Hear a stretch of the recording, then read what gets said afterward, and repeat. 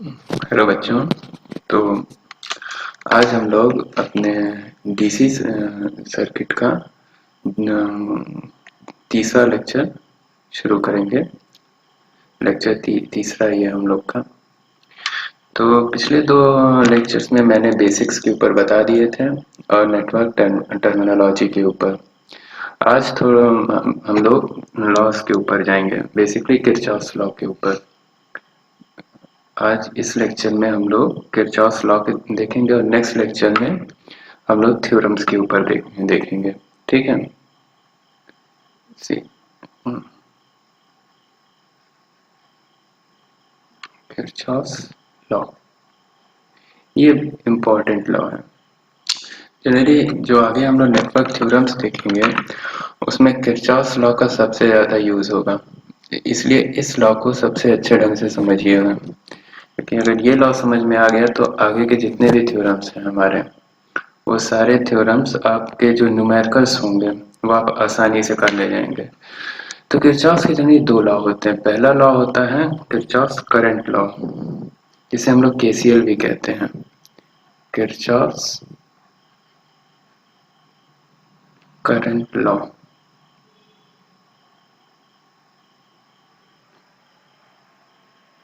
ठीक, इसे केसीएल भी कहा जाता है। और दूसरा लॉ होता है किरचॉफ्स वोल्टेज लॉ।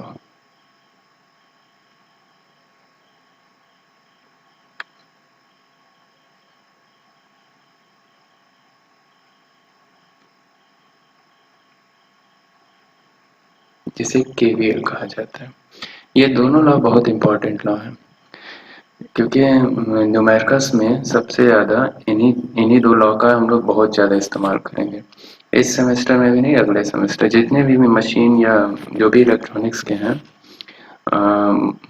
आगे जो मशीन पढ़ेंगे या एसी सर्किट पढ़ेंगे, उन सब में भी इन सब का बहुत ज़्यादा यूज़ होता है। ठीक है। तो पहले हम लोग किरचॉफ्स करंट लॉ को देखते हैं। ठीक, Kirchhoff's current law. Kirchhoff's current law. Current law. Kirchhoff's current law जो है, पहले तो ये किसी एक नोड के ऊपर लागू होता है। मैंने नोड, लूप, इन सब के बारे में मैंने आप लोग को पिछले लेक्चर में बताया था। तो इन सब, तो इन उस पॉइंट को आप लोग अच्छे ढंग से समझ लीजिएगा। नोड कहते हैं जहाँ पे कई ब्रांचेज आकर के मीट करते हैं, उसे हम लोग कहते हैं node.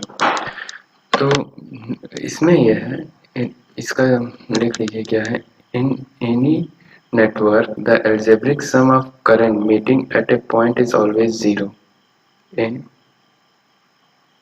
any network,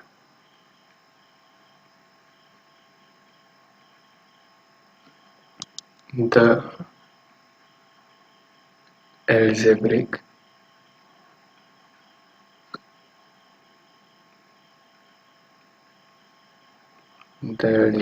sum of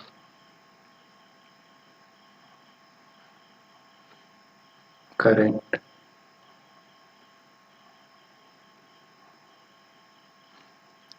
meeting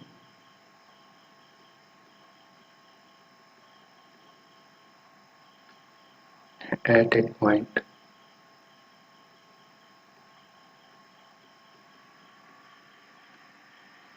is always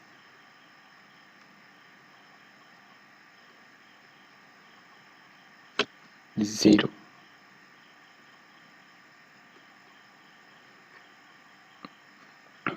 या इसे इसे ये भी कह सकते हैं, thus the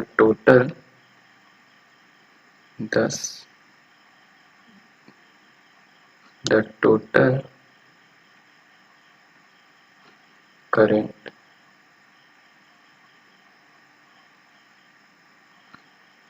leaving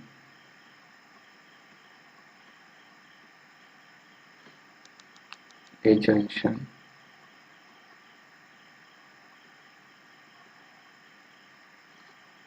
is equal to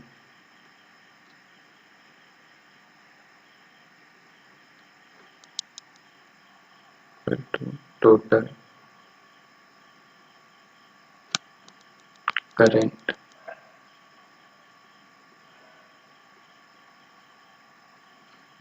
entering that junction.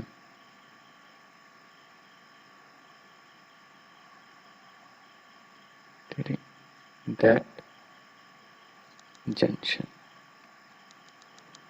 इसका मतलब सिर्फ इतना है कि अगर किसी नोड पे जितने करंट आ रहे हैं और जितना करंट उस नोड पे आ रहे हैं और जितने करंट उस नोड को लीव कर रहे हैं उन सबका सम 0 होगा। ठीक है, यानी कि इसे हम लोग ये भी लिख सकते हैं summation of current at any node is equal to 0। ठीक, मतलब ये कि अगर हमारे पास कोई नोड है तो उस नोड पे जितने करंट आते हैं और जितने करंट उस नोड से निकलते हैं उन सब का सम क्या होगा, 0 होगा। इसको हम लोग एक एग्जांपल से देखते हैं कि मान लीजिए एक नोड है, ये नोड है, यहाँ पे कई ब्रांचेस आ रही हैं।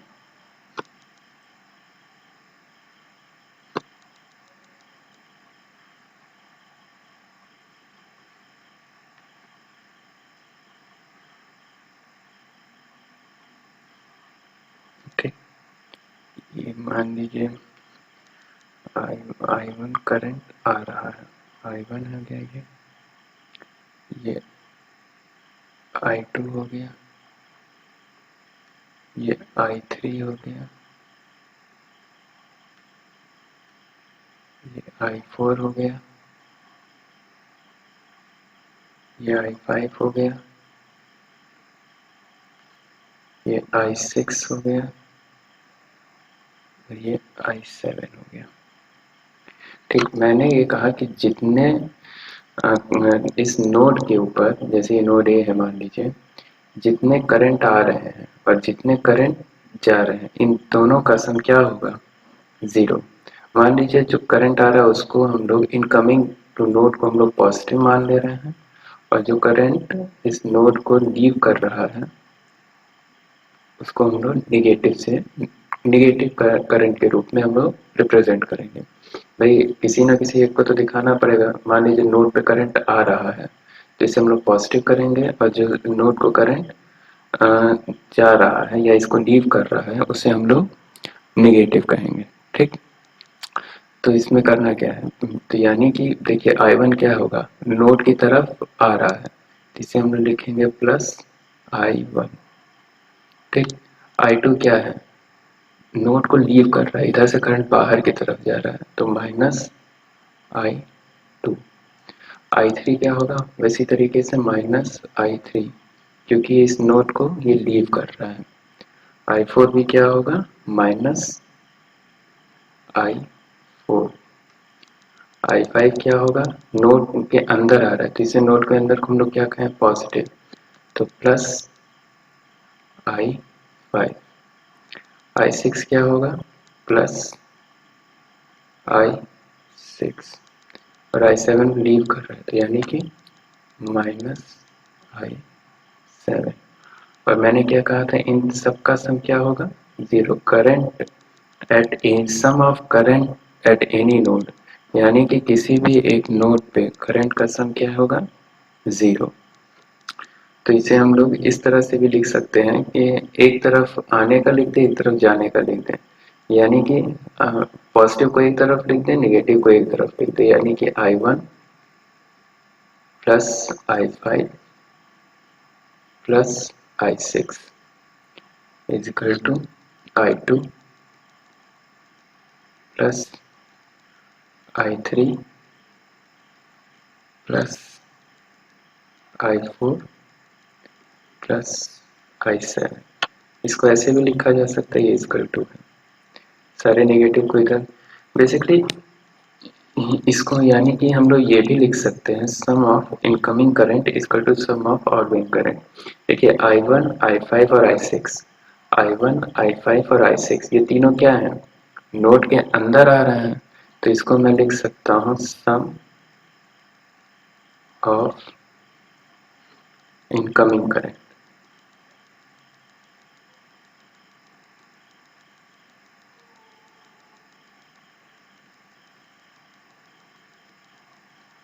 Equal to I2 I3 I4 और I7। इसको देखिए I2 I3 I4 और I7 इस नोड को लीव कर रहे हैं, बाहर की तरफ जा रहे हैं ए नोड से, तो इसको मैं लिख सकता हूँ सम ऑफ आउटगोइंग करंट।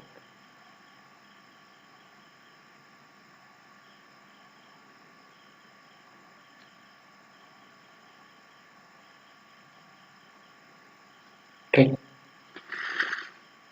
तो इसे हम लोग, ये हमारा किरचॉफ करंट लॉ है कि जितने भी नोड के ऊपर कोई करंट आता है और जितने भी करंट लीव करते हैं उस नोड को, उन दोनों का सम जीरो होगा।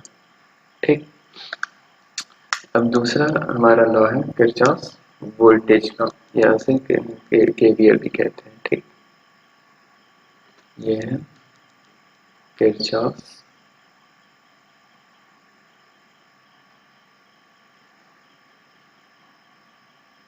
वोल्टेज लॉ, इसे केवीएल का। केवीएल कहता है कि algebraic sum of all the branch voltage around any closed loop of a network is zero। जिस तरीके से उसमें किसी एक नोड पे जितने भी करंट का सम है जीरो है, वैसे ही केवीएल ये कहता है कि एक लूप में या एक क्लोज सर्किट में सारे वोल्टेजेस का सम जीरो होगा। ठीक है, तो algebraic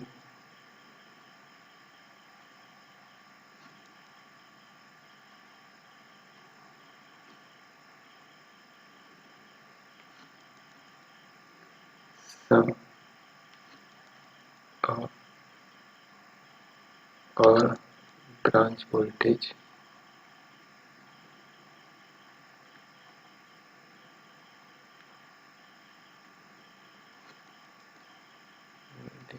around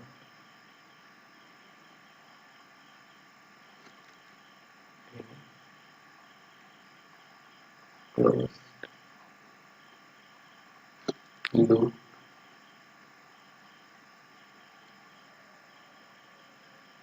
of a network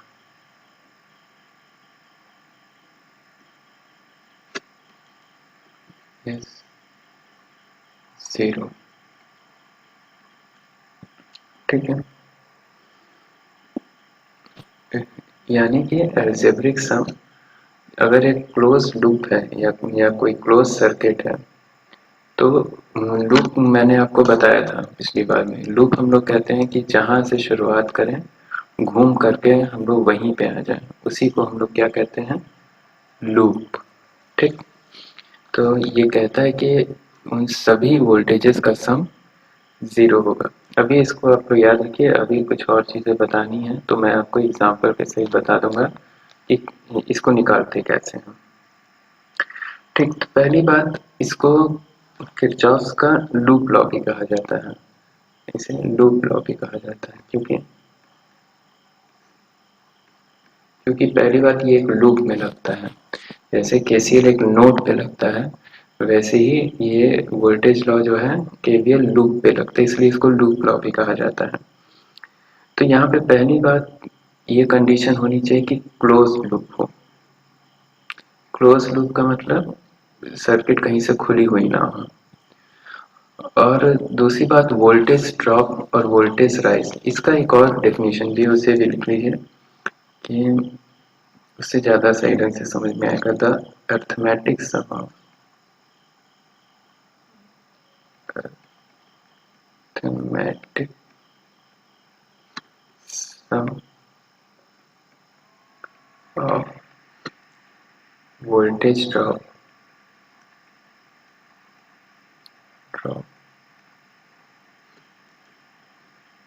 drops around a closed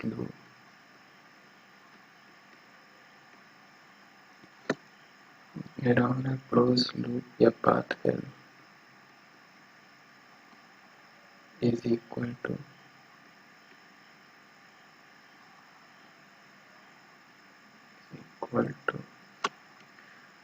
the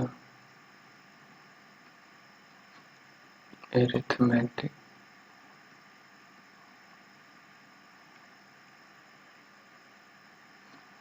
sum of voltage rise around the path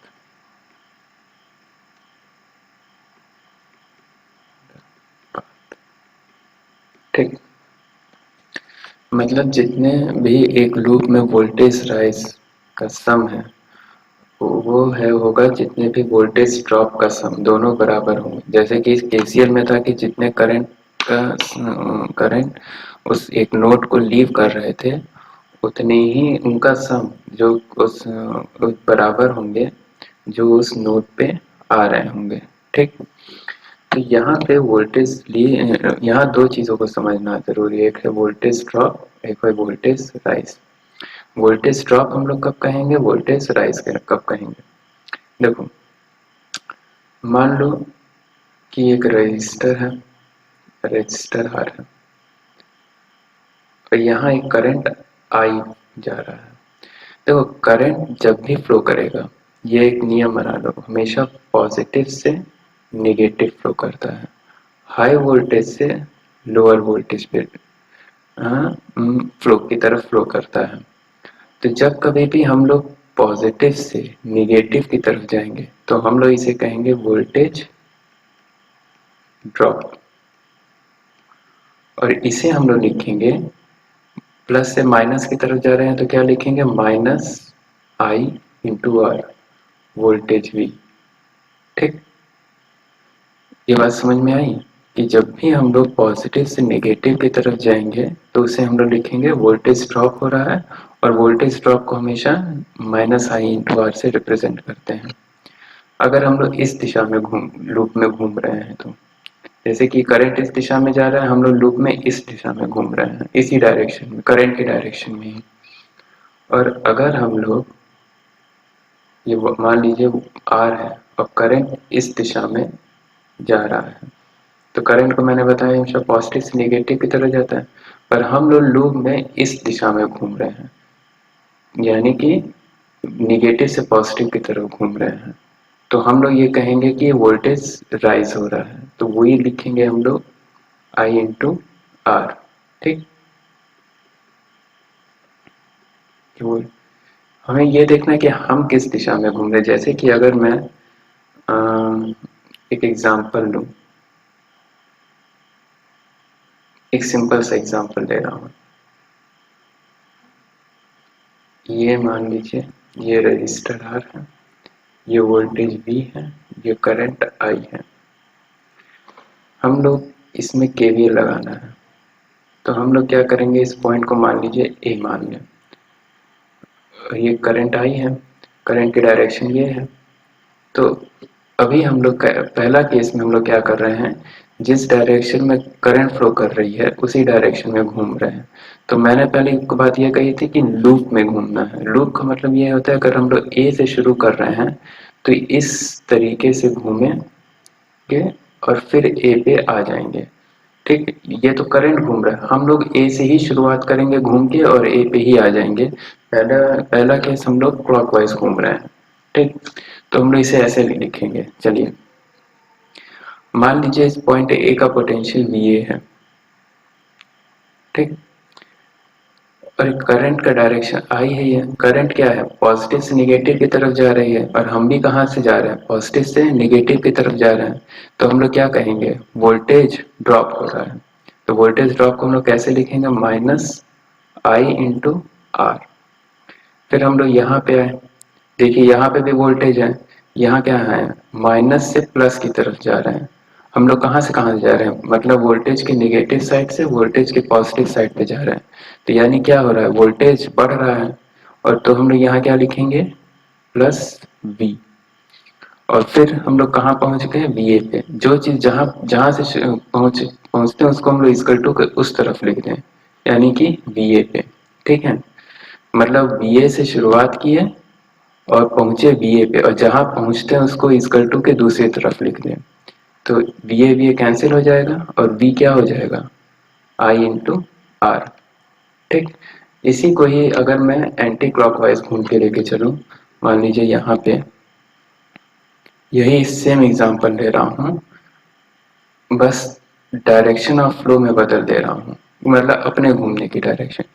और करंट आई इस डायरेक्शन में है, वोल्टेज भी इस डायरेक्शन में है, और ये मान लीजिए ये है पॉइंट ए। अब हम लोग क्या कर रहे हैं कि पॉइंट ए से ऐसे घूम रहे हैं, मतलब पहले क्लॉकवाइज घूमे थे, अब हम लोग एंटी क्लॉकवाइज घूम रहे हैं। ठीक, तो पहले चलिए पॉइंट ए से शुरुआत करते हैं। मान लीजिए एक पॉइंट का वोल्टेज कितना है, वी ए है। ठीक, अब हम लोग घूमे, कहाँ है, वोल्टेज वी आया, तो हम लोग क्या देख रहे हैं, प्लस से माइनस की तरफ जा रहे हैं, तो यानी वोल्टेज ड्रॉप हो रहा है। जब वोल्टेज ड्रॉप होता है तो हम लोग क्या लेते हैं, माइनस। तो यहाँ लिखेंगे माइनस वी। फिर देखिए यहाँ पे आ गया रजिस्टर, यहाँ पे भी कुछ वोल्टेज ड्रॉप हो रहा होगा। ये पॉइंट क्या होगा, पॉजिटिव, ये होगा निगेटिव। तो करंट कहाँ से कहाँ तक फ्लो करता है, पॉजिटिव से निगेटिव, पर यहाँ हम लोग कहाँ से जा रहे हैं, निगेटिव से पॉजिटिव की तरफ जा रहे हैं। तो यानी क्या हो रहा है, वोल्टेज राइज की तरफ हम लोग घूम रहे हैं। बात समझ में आ रही है, करंट हम भी जब भी फ्लो करेगा पॉजिटिव से निगेटिव की तरफ फ्लो करेगा, हायर पोटेंशियल से लोअर पोटेंशियल। ठीक, तो ये पॉइंट हमें पता चल गया कि ये जो पॉइंट है ये लोअर पोटेंशियल पे है, और ये पॉइंट क्या है, हायर पोटेंशियल पे है। तो हम लोग कहाँ से घूम रहे हैं, लोअर से हायर जा रहे हैं। तो यानी कि वोल्टेज राइज की तरफ हम लोग जा रहे हैं, तो हम लोग क्या लिखेंगे, प्लस आई इंटू आर। और जहां पहुंचते हैं उसको हम लोग इक्वल टू के उधर लिख देते हैं। वी ए पे पहुंचे तो हम लोग क्या लिखेंगे, वी ए। ठीक, तो वी ए कैंसिल हो गया, P equal to I into R. देखिए दोनों से आंसर एक ही आएगा, चाहे आप जिस भी डायरेक्शन में घूमिए। बस थोड़ा सा इसे दिमाग लगा के समझना होगा कि हम लोग जिस डायरेक्शन में घूम रहे हैं वो वोल्टेज राइज का है कि वोल्टेज ड्रॉप का है। ठीक, करंट को हम लोग ने ये मान लिया है, करंट जब भी फ्लो करता है वो हमेशा higher potential to lower potential flow करता है। चलिए एक एग्जांपल और ले लेते हैं। मान लीजिए यहाँ पे दो रजिस्टर है। अच्छा, एक चीज आपको मैं बता दे रहा हूँ इसके पहले। देखो, अगर एक एग्जांपल, क्योंकि बहुत से बच्चों को इसमें कंफ्यूजन होगा। मान लीजिए ये पॉइंट दो, एक रजिस्टर है आर, इसमें करंट फ्लो कर रहा है आई। ये पॉइंट ए है, ये पॉइंट बी है। एक एग्जांपल ले लीजिए कि इसमें 10 वोल्ट का वोल्टेज ड्रॉप हो रहा है। ठीक, देखिए 10 वोल्ट का वोल्टेज ड्रॉप हो रहा है और करंट की डायरेक्शन ये है, तो इसका मतलब ये होगा ये हायर पोटेंशियल पे होगा और ये लोअर पोटेंशियल पे होगा। करंट हमेशा जब भी फ्लो करेगा वो हायर पोटेंशियल से लोअर पोटेंशियल फ्लो करेगा, यानी ये पॉजिटिव होगा, ये नेगेटिव होगा। पॉजिटिव नेगेटिव का डिफरेंस होता है कि एक हायर है, लोअर है। इसका मतलब कुछ भी हो सकता है, जैसे कि ये हायर पोटेंशियल, इसका मतलब ये भी हो सकता है कि 10 वोल्ट हो, ये 0 वोल्ट पे हो। इसका मतलब ये भी हो सकता है कि ये 5 वोल्ट हो, ये -5 वोल्ट है। 10 वोल्ट का डिफरेंस है।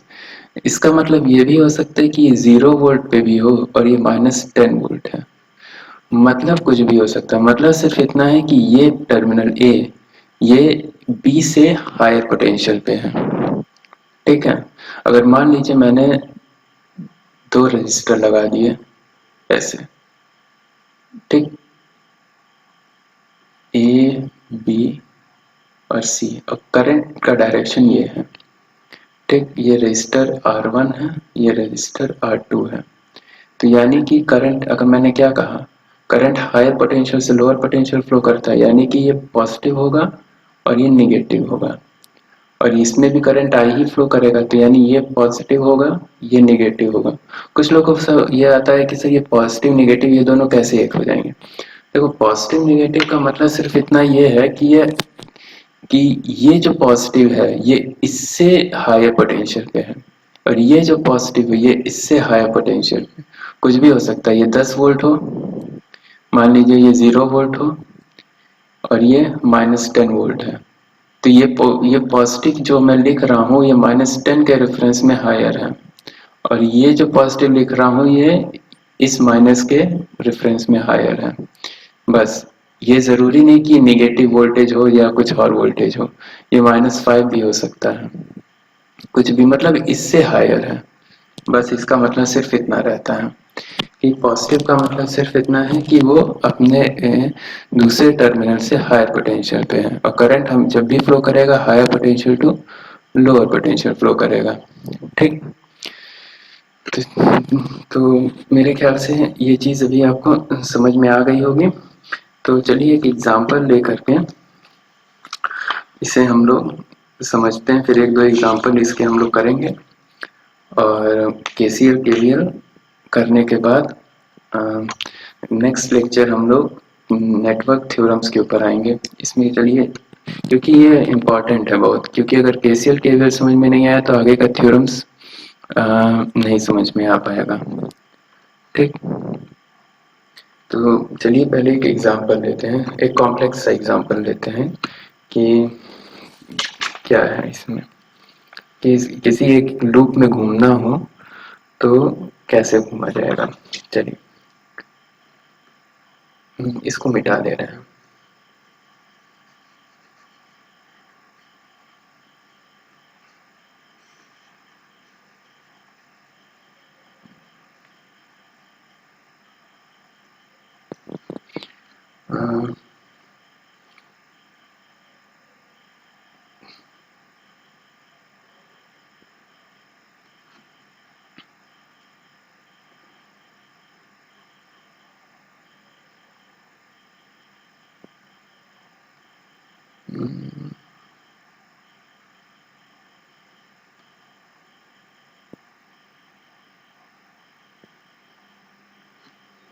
और फिर हम लोग यहाँ से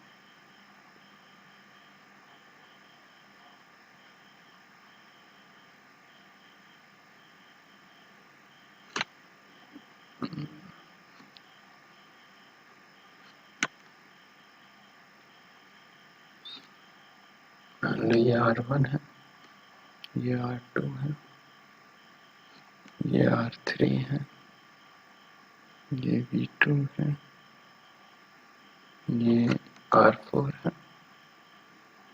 और ये V1 है।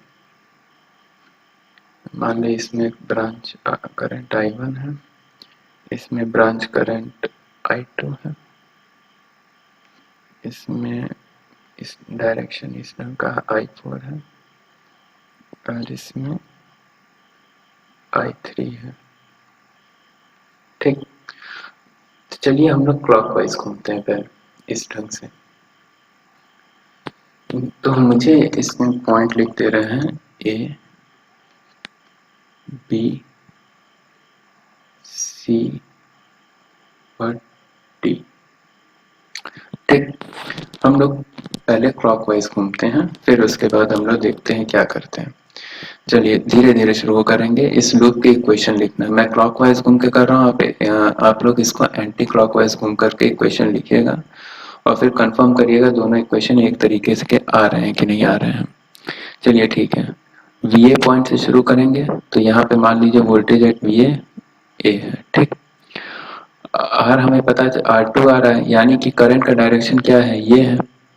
तो यानी कि ये हायर पोटेंशियल पे होगा, ये लोअर पोटेंशियल पे होगा। ठीक, ये हमें पॉजिटिव नेगेटिव का पता चल गया करंट के डायरेक्शन से। तो हम लोग किस डायरेक्शन में फ्लो कर रहे हैं, माइनस से प्लस की तरफ फ्लो कर रहे हैं।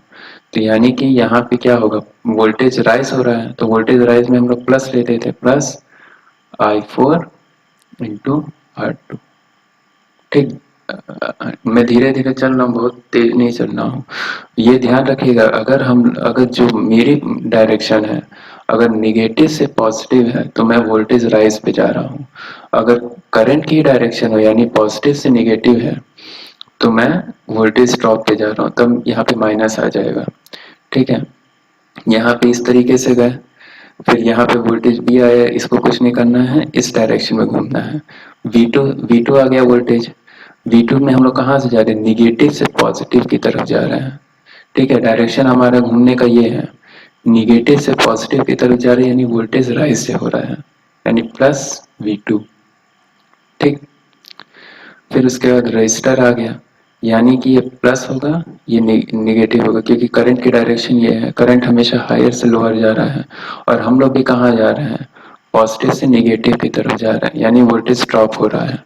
वोल्टेज ड्रॉप में क्या लिखेंगे, -I3R3। ठीक, फिर उसके बाद हम लोग V1 आ गया हमारा, V1 क्या करेंगे, प्लस से माइनस की तरफ। ठीक, यानी कि प्लस से माइनस क्या हो रहा है, वोल्टेज ड्रॉप हो रहा है, तो वोल्टेज ड्रॉप में क्या लिखेंगे, -V1। ठीक, फिर R4 आ रहा है, देखिए करंट की डायरेक्शन ये है, यानी कि पॉजिटिव ये होगा, निगेटिव ये होगा। ठीक, हमारी डायरेक्शन क्या है, निगेटिव से पॉजिटिव है, निगेटिव से पॉजिटिव का मतलब ये हो गया वोल्टेज राइज कर रहा है, यानी क्या लिखेंगे, प्लस I2R4। ठीक, फिर ये देखिए यहाँ पे आ गया, यहाँ पे R1 है, तो यहाँ करंट की डायरेक्शन क्या है, हमेशा पॉजिटिव से निगेटिव होगी, यानी प्लस से माइनस, यानी वोल्टेज ड्रॉप हो रहा है, यानी -I1R1। ठीक, और VA पे आ गए, लूप में घूमे, और जहां हम लोग पहुंचते हैं, जहां से शुरुआत की वो VA है, और पहुंच कहाँ गए, VBA पे ही, तो जहां पहुंचते हैं उसको इक्वल टू के उधर लिख देंगे VA। ये VA कैंसिल हो जाएगा, बाकी जो इक्वेशन बचा वो यही बचा। ठीक है, जब भी लूप लॉ में होगा हमेशा ऐसे ही करेंगे। ठीक, जैसे कि अगर मान लीजिए एक सिंपल सा अगर हम लोग इक्वेशन लिखते हैं, मान लीजिए ये रजिस्टर है, ये एक इस तरह से है, और फिर ये एक रजिस्टर है, और फिर ये डायोड है। मान लीजिए ये पॉइंट A है, ये पॉइंट B है, ये R1 है, ये V1 है, ये R2 है, ये V2 है, और करंट I है। अगर मान लीजिए इसका हमें इक्वेशन लिखना हो तो हम लोग कैसे लिखेंगे, जो मैंने बताया ये लूप लॉ नहीं है, ये मैं बता रहा हूँ एग्जांपल कैसे इक्वेशन लिखा जाता है। मान लीजिए VA से शुरुआत किए तो हम लोग क्या लिखेंगे, पोटेंशियल एट A, VA मान लेते हैं, करंट की डायरेक्शन ये है, और हम लोग भी इसी डायरेक्शन में ही बढ़ रहे हैं। ठीक, पहला केस हम लोग देख रहे थे, इसी डायरेक्शन में बढ़ रहे हैं, तो यहाँ पे R1 है, ये पॉजिटिव होगा, ये निगेटिव हो जाएगा, पॉजिटिव से निगेटिव हो जाए तो माइनस जाएंगे हम लोग, -I इंटू R1। फिर V1 है, ये प्लस से माइनस तो -V1, फिर ये भी करंट I1 ही इसमें भी फ्लो कर रहा है, और R2 है प्लस और माइनस, तो यानी कि -I into R2 -V2 plus से माइनस इक्वल टू, जहां पहुंचे B पे पहुंचे तो B को हम लोग इक्वल टू के इधर लिख देंगे VB। ठीक, अब मान लीजिए दूसरा केस लेते हैं कि हम लोग डायरेक्शन इस डायरेक्शन में घूमते हैं, VB से शुरुआत करके VA पे जाएंगे, तो इसमें हम लोग लिख सकते हैं VA minus VB equal to I1R1 plus, अरे I1 लिखे हैं, I into R2 plus V1 plus V2। ठीक, अगर VB से शुरुआत करके VA पे आए तो भी हमारा इक्वेशन यही होगा। चलिए शुरुआत करते हैं, करंट की डायरेक्शन पता है, और VB से शुरुआत करके VA पे आते हैं, VB इक्वल टू, अरे सॉरी इक्वल टू लिखा है मैंने, VB। तो देखिए हम लोग कहाँ से जा रहे हैं, V2 आ गया, माइनस से प्लस पे जा रहे हैं, तो यानी वोल्टेज राइज हो रहा है, वोल्टेज राइज में क्या लिखेंगे, प्लस V2। करंट की डायरेक्शन ये है, ये पॉजिटिव है, ये निगेटिव है। हम लोग कहाँ से किस दिशा में जा रहे हैं? निगेटिव से पॉजिटिव जा रहे हैं, यानी plus I into R two. V1 आ गया, V1 में क्या लिखेंगे? Plus V1। और R1 में क्या लिखेंगे? माइनस से प्लस जा रहे हैं तो plus I into R1 equal to V। A पे पहुंच गए, ए जहां पहुंचते हैं उसका इजकल टू के उस तरफ लिखिए, तो VA। तो VA माइनस VB क्या होगा? पहला इक्वेशन आ गया, I into R1 plus I into R2 plus V1 plus V2। देखिए दोनों इक्वेशन हमारे एक जैसे हैं, चाहे किसी भी डायरेक्शन में हम लोग घूम रहे हैं करें, जो इक्वेशन बनेगा एट लास्ट वो एक ही बनेगा। तो उसी तरह इस एग्जांपल में देखिएगा, अभी मैं क्लॉकवाइज घूमा हूँ, फिर एंटी क्लॉकवाइज भी अगर आप लोग घूम के देखिएगा तो यही इक्वेशन आएगा। ठीक, तो इस पे हम लोग कुछ एक न्यूमेरिकल देख लेते हैं और इसको आप लोग और भी न्यूमेरिकल खुद देखिएगा, जो ना समझ में आए पूछ लीजिएगा, उसको बता दिया जाएगा। ठीक है, तो इसको आइए देखते हैं, कोई एक न्यूमेरिकल देखते हैं केसीएल या केवीएल के ऊपर। केसीएल केवीएल दोनों के ऊपर एक न्यूमेरिकल को देखा जाता है। चलिए, क्वेश्चन है कुछ इस टाइप का। मान लीजिए ये एक ब्रांच है, ये भी एक रजिस्टर है, ये कुछ ऐसे हैं, ये कुछ ऐसे हैं, कुछ ऐसे हैं।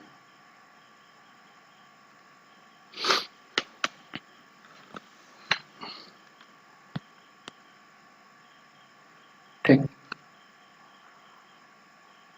और इसमें जो वैल्यू मैं लिख रहा हूँ, ये मान लीजिए इसको 6 वोल्ट है, या आसान से ले लेते हैं, सही, चलिए इसी को देखते हैं। 6 वोल्ट है, ये 2 वोल्ट है, 2 ओम है, ये 10 ओम है, ये 3 ओम है, ये 4 वोल्ट है। इसमें करंट मान लीजिए I1 है, इसमें करंट की दिशा I3 है, इसमें करंट की दिशा I2 है। ठीक, हमें पता लगाना है I1, I2 और I3, इन तीनों का हमें पता लगाना है। तो देखिए इस इक्वेशन से पता चल रहा है कि I1 is equal to I2 plus I3। पहले चलिए इसको यहाँ से शुरुआत करते हैं, इसको डायरेक्ट ना करना है। पहले इस एक पॉइंट के ऊपर मान लीजिए पॉइंट A है, ये पॉइंट B है, ये पॉइंट C है। पॉइंट B के ऊपर पहले केसीएल लगाइए। केसीएल क्या कहता है कि जितने भी करंट इस पॉइंट पे आते हैं, करंट इस पॉइंट पे आते हैं और जितने लीव करते हैं, दोनों का सम क्या होगा? बराबर होगा। तो पहले ये बताइए पॉइंट बी पे कितने करंट आ रहे हैं? एक I1 आ रहा है बस, और तो कुछ आ नहीं रहा। और लीव कितने कर रहे हैं? I2 और I3 equal to I2 plus I3। ये फॉर्मूला मैंने लिखवाया है, इसको देख जरूर लीजिएगा। ठीक, ये बात समझ में आ गई। ये हमारे पास, यानी हम लोग ये लिख सकते हैं I3 equal to I2 minus I1 minus I2, I1 minus I2। इसे इक्वेशन 1 मान लीजिए, ये बाद में जरूरत पड़ेगी। ठीक, अभी हम लोग को लूप में घूमना है। लूप में घूमे, यहाँ पे 2 लूप बन रहा है, एक ये लूप बन रहा है, इस पॉइंट को D मान लीजिए तो, और एक ये लूप बन रहा है, ये 2 लूप बन रहे हैं। ठीक, BC DB इस टाइप का एक लूप बन रहा है, और एक लूप बन रहा है ABDA। एक लूप 1 होगा ABDA, और एक लूप 2 होगा BCDB। ये 2 पॉइंट देखिए जैसे होंगे, तो BCDB एक लूप होगा और एक लूप होगा ABDA। ठीक, तो जहाँ लूप होता है वहां पे हम लोग क्या करेंगे, लूप लॉ लगा देंगे। चलिए लूप लॉ लगाते हैं। तो पहले हम लोग ए से शुरुआत करेंगे। तो मान लीजिए द पॉइंट बी ए है। करंट की डायरेक्शन क्या है, प्लस से माइनस, हम लोग इसी डायरेक्शन में घूम रहे हैं। तो यानी कि प्लस से माइनस की तरफ जा रहे हैं, यानी कि -2 इंटू I1 कर देंगे। फिर ए से बी तक गए हम लोग, फिर बी से डी तक जाना है। बी से डी तक जाने में कौन सा रजिस्टर आ रहा है, 10 ओम का। और करंट क्या होगा, I1 और I2। देखिए एक चीज ये देखिए, I1 की डायरेक्शन नीचे से ऊपर है, बी से डी है, और I2 की जो डायरेक्शन है वो डी से बी की तरफ है। यानी नेट जो करंट होगा वो जो होगा वो I2 माइनस I1 होगा। तो जिस लूप में हम लोग घूमते हैं उस लूप के करंट को हम लोग हायर मानेंगे। जैसे कि लूप 1 में है तो I1 को हम लोग I2 से ज़्यादा मानेंगे, और जब हम लोग इस लूप में घूमेंगे तो I2 को I1 से ज़्यादा मानेंगे। तो लूप 1 में जब घूम रहे हैं तो I1 करंट है, तो पहले केस में हम लोग क्या करेंगे, I1 को I2 से ज़्यादा मान लेंगे। तो हम लोग I1 को I2 से ज़्यादा मान लें, यानी कि हम लोग पॉजिटिव से निगेटिव गया। ठीक। पर इसमें करंट क्या है, I2 है, तो इसमें तो डायरेक्ट कर सकते हैं, इतना सब करने की जरूरत ही नहीं पड़ेगी, तो डायरेक्ट ही करंट है। देखिए सॉरी,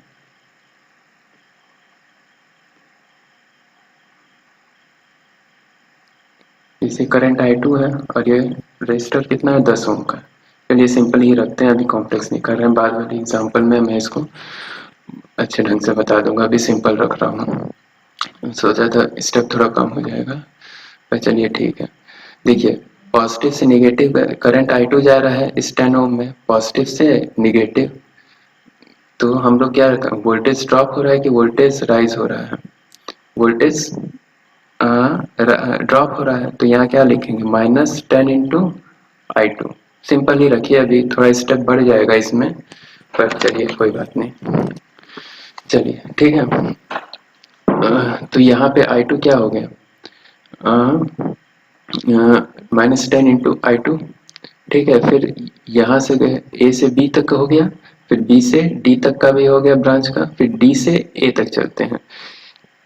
जब डी से ए तक गए तो बीच में क्या पड़ा हमारा, 6 वोल्ट प्लस, तो माइनस से प्लस पे जा रहे हैं, तो +6 इजकल टू कहाँ पहुंचे, वी ए पे। अभी सिंपल रख रहे हैं, बहुत ज्यादा वो नहीं कर रहे हैं। वी ए कैंसिल हो गया, तो क्या हो गया हमारा, -2I1 -10I2 इजकल टू -6। तो इसे हम लोग लिख सकते हैं I1 plus 5I2 is equal to 3। ठीक, इसे दूसरा इक्वेशन लिखें। मेरे ख्याल से समझ में आ गया होगा आपको ये, कि पहले देखिए वी, हमारे पास दो लूप है, ए बी डी ए, और दूसरा लूप है बी सी डी बी। तो पहले हम लोग ए से बी तक गए, करंट की डायरेक्शन हमें पता है I1, ये I1 है, पॉजिटिव से नेगेटिव गए तो क्या लिखेंगे, -2 इंटू I1। फिर I2 इसमें है, तो I2 भी कहाँ से घूमेगा, हायर पोटेंशियल से लोअर पोटेंशियल। जब हम लोग वोल्टेज ड्रॉप रखते हैं तो क्या लिखते हैं, -10 इंटू I2, और 6 वोल्ट को क्या लिखेंगे, माइनस से प्लस जा रहे हैं तो +6 वोल्ट इक्वल टू VA। दूसरे लूप में घूम रहे हैं BCDA में, तो B से शुरुआत कर रहे हैं, तो यानी कि VB। करंट की डायरेक्शन I3 है, I3 क्या है, प्लस से माइनस की तरफ जा रहे हैं, तो क्या लिखेंगे, माइनस, तो -3 इंटू I3। फिर B से C तक हो गया, C से D तक, C से D तक में कौन सा वोल्टेज आ रहा है, 4 वोल्ट। तो प्लस से माइनस, तो यानी -4।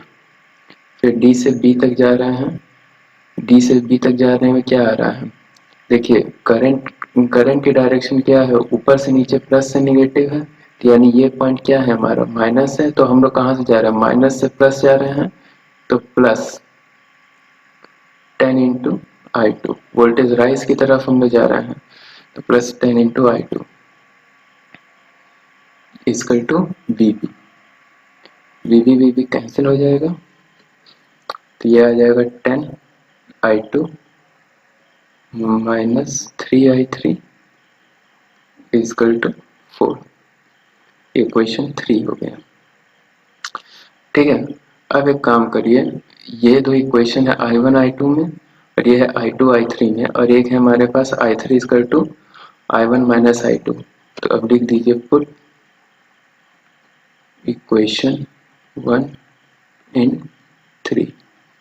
तो क्या आ जाएगा 10I2 minus 3 into I1 minus I2 equal to 4। इसको सॉल्व करेंगे तो आ जाएगा -3I1 plus 13I2 equal to 4। ये आ गया इक्वेशन 4। ठीक, इक्वेशन 4 हो गया। अब चलिए, अब सॉल्व इक्वेशन 2 एंड 4। इक्वेशन 2 क्या था, 3I1 प्लस 15। इक्वेशन 2 क्या था, एक सेकेंड, इक्वेशन 2 क्या था, इक्वेशन 2 था I1 plus 5I2 equal to 3, और इक्वेशन 4 क्या है, -3I1 plus 13I2 equal to 4। उन्हें 3 कर देंगे और सॉल्व करेंगे तो आ जाएगा, इसको 3 से गुणा करके सॉल्व करेंगे तो सॉल्व कर लीजिएगा, तो I2 आ जाएगा हमारा 13/28 एम्पियर। ठीक, अब value of I2 in second, तो I1 आ जाएगा I1 plus 13/28 equal to 5 into second है ना, इंटू 5। ठीक, तो I1 की वैल्यू आ जाएगी 3 13 बचे 65 28, ये आ जाएगा 19/28 एम्पियर। ठीक, I1 की वैल्यू आ गई, I2 की वैल्यू आ गई, और I3 की वैल्यू मैं यहाँ लिखा दे रहा हूँ। I3 क्या था, I1 माइनस I2। I1 है 19/28 माइनस 13/28 इक्वल टू आ जाएगा 6/28 यानी 3/40 एम्पियर। ठीक, I3 की वैल्यू, तो हमारे पास तीनों वैल्यू आ गई। I1 इक्वल टू 19/28, I2 की वैल्यू आ गई 13/28 और I3 की वैल्यू आ गई 3/40। ठीक है, तो ये इक्वेशन एक एग्जांपल मैंने करके दिखाया है, तो इसी तरह से और एग्जांपल आप लोग करिएगा। बस वही पॉजिटिव नेगेटिव और केसीएल केवीएल है। अगर केसीएल केवीएल आप लोग को अच्छे ढंग से आ गया तो नेटवर्क थ्योरम्स में कोई दिक्कत नहीं आएगी, वो नेटवर्क थ्योरम बहुत आसानी से हो जाते हैं, क्योंकि इसके बाद हम लोग को 4 थ्योरम करने हैं, सुपरपोजिशन, थेवेनिन, नॉर्टन और मैक्सिमम पावर। ये 4 थ्योरम बहुत आसानी से हो जाएंगे, पर केसीएल केवीएल के ऊपर आपको थोड़ी मेहनत करनी होगी। नेक्स्ट लेक्चर में मैं एक एग्जांपल और कराऊंगा और उसके बाद मैं सुपरपोजिशन थ्योरम स्टार्ट कर दूंगा। ठीक है, तो इसको आप लोग प्रैक्टिस करिएगा। 1 घंटे का लेक्चर हो गया है, बहुत बड़ा हो गया है। इसके बाद मैं नेक्स्ट लेक्चर में एक एग्जांपल और करा करके सुपरपोजिशन थ्योरम नेटवर्क थ्योरम की तरफ शुरू कर दूंगा। ठीक है, तो इसको देखते रहिएगा आप लोग, इम्पोर्टेंट है बहुत। ठीक, थैंक यू।